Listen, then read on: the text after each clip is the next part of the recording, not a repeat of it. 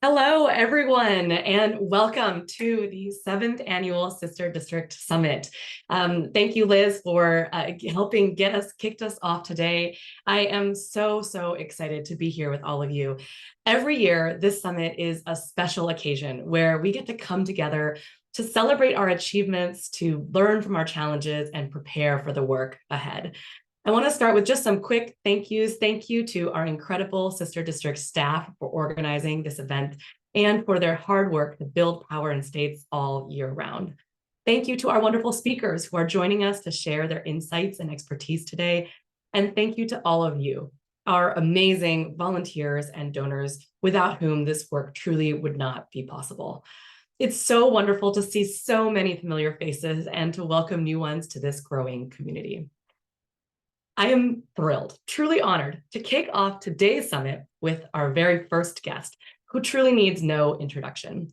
Elected as the 24th governor of Arizona, Katie Hobbs knows the importance of having strong leadership in our states. And in a year like this one, there is perhaps no more important state than Arizona. Governor Hobbs is also proof that it starts with states.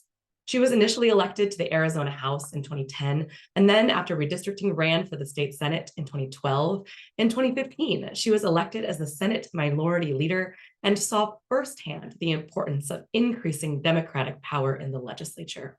That's why she founded the Arizona Democratic Legislative Campaign Committee, now one of the strongest legislative caucus programs in the nation.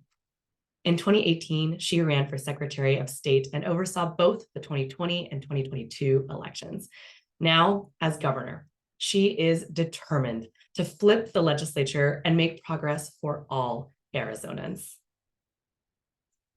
With that, it is my distinct honor to welcome Governor and former state legislator, Katie Hobbs. Hi, good morning, everyone, or afternoon if it's afternoon in your time zone. I am so happy to be here with all of you. And thank you so much for the work of Sister Districts and Layla for leading this organization that's making such a huge difference for state legislatures across the country, including here in Arizona. It is so great to see so many of you here at the summit who are committed to this really important work. I know you have a long day ahead of you, so grateful to be able to be with you to help kick things off and tell you about the incredible opportunities that we have in Arizona this November. It is hard to believe that I'm over a year into this job, and we're now closer to the next election than we are to the last one. I continue to be honored and humbled to serve the state that I love so much as governor. And I always say that this is the best job in America, and I truly believe that.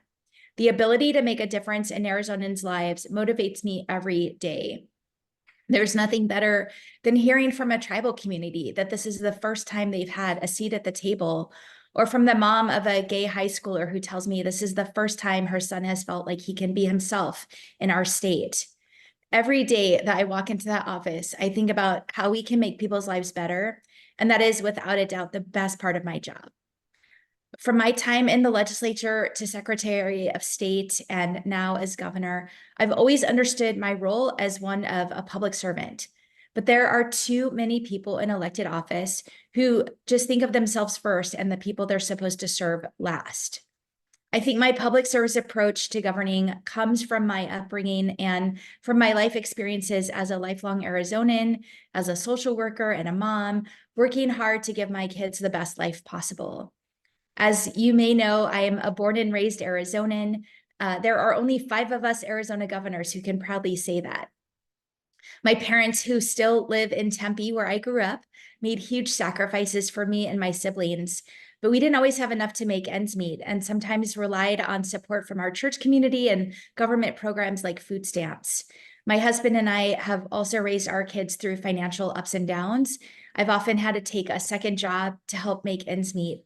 And that's something that sticks with you when you're making decisions from the governor's office. I learned the value of service from my parents and my faith. Starting as a kid who volunteered at church, I've spent my entire life serving and never stopped. I put myself through NAU and ASU, Northern Arizona University and Arizona State University for those outside Arizona, with a combination of work study and scholarships.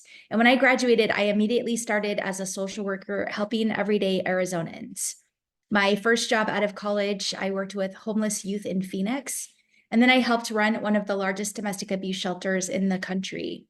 I am the first social worker ever elected governor in the United States, and I think that matters.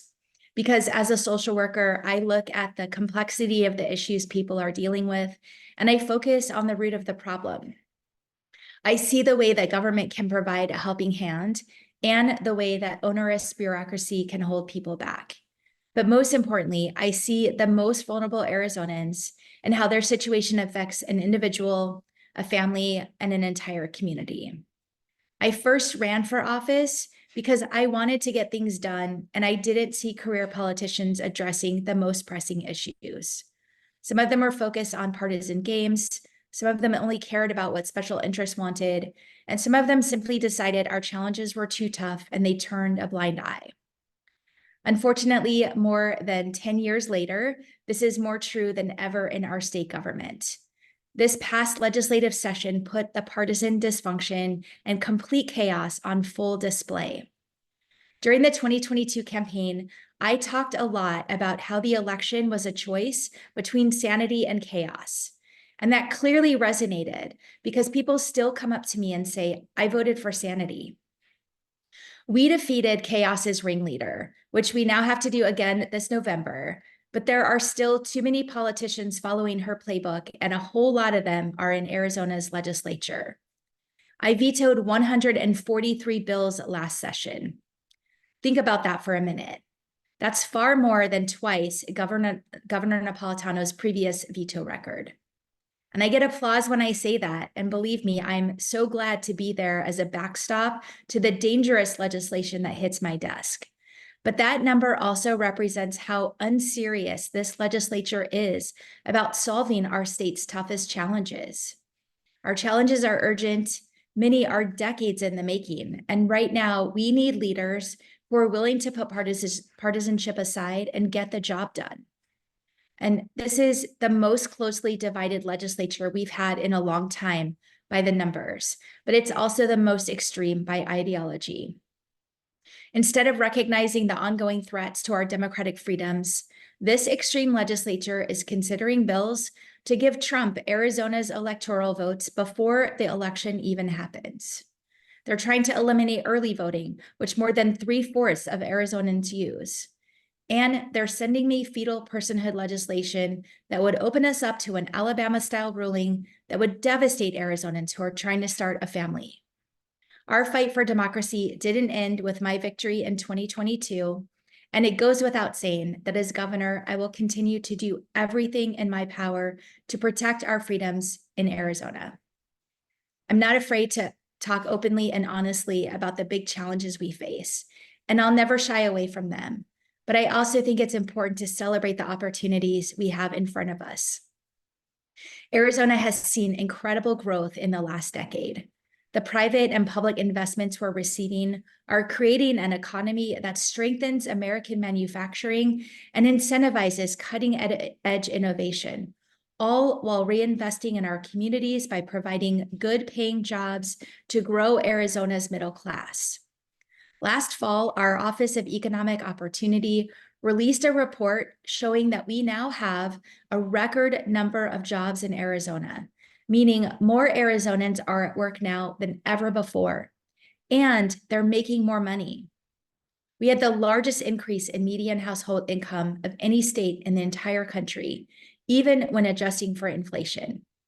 We're one of only 5 states that saw income increases, and Arizona is now first in the nation for income growth.